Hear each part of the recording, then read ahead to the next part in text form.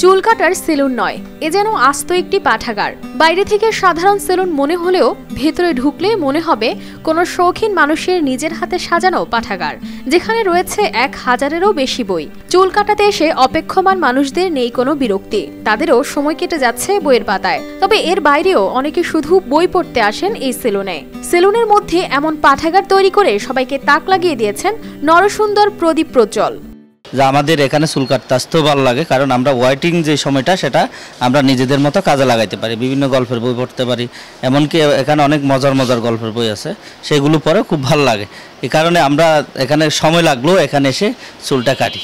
চট্টগ্রাম নগরীর চকবাজার বড় মসজিদ এলাকায় অবস্থিত অদ্বৈত হেয়ার ড্রেসার, যেখানে নানা বয়সী মানুষ চুল কাটার পাশাপাশি হরেক রকম বই পড়ে মেটাচ্ছেন জ্ঞানের তৃষ্ণা।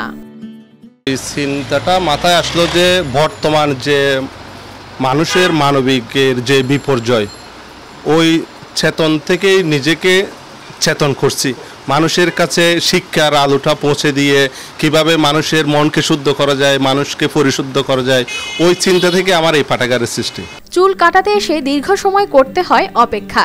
সেই সময়টুকু অনেকে মোবাইল ফোন চালিয়ে কাটালেও প্রদীপের সেলুনে এসে মানুষ পড়েন গল্প আর উপন্যাসের বই।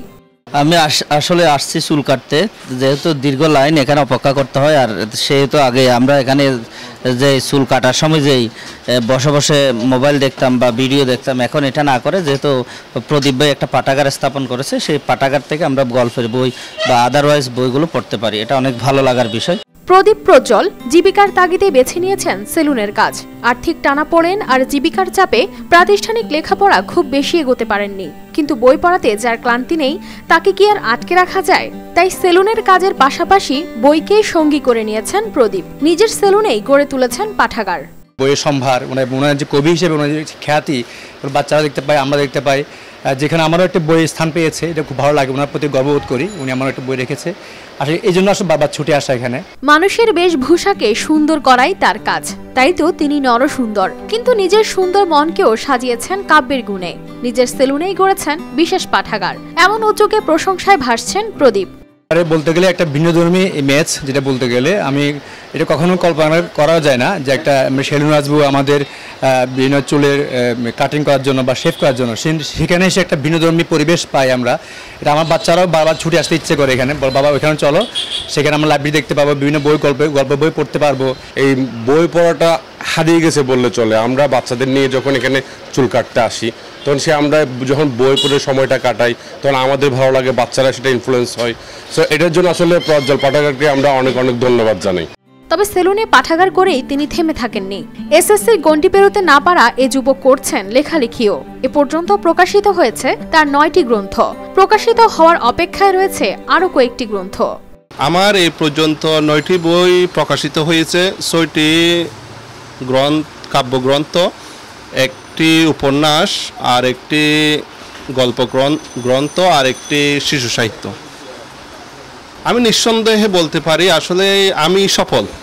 আমার পাঠাগার থেকে আমি সফল। নিয়মিত যেখানে আমার প্রতিদিন 30 থেকে 50 জন, 100 জন, 20 জন প্রতিনিয়ত বই পড়ছে, এটা আমার সবচেয়ে আমি মনে করি এটা আমার জীবনের জন্য সবচেয়ে বড় পাওয়া। এই সেলুনটা প্রদীপ ভাই অনেক কষ্ট করে ক্রমান্বয়ে 1000-এর অধিক বই উনি পাঠাগার হিসেবে সংগ্রহ করেছেন, অনেক বই সংগ্রহ করছেন এবং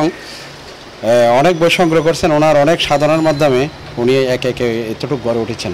আশা করি এখন আমার বাচ্চারাও এখানে চুল কাটতে আসলে দেখে যে ওদের বই যখন দেখে ওরা আকৃষ্ট হয়ে যায়, কারণ এইরকম একটা অভ্যাস কোনো জায়গায় আমরা গড়ে ওঠে নাই, কোনো সেলুনে এরকম পাঠাগার গড়ে ওঠে নাই।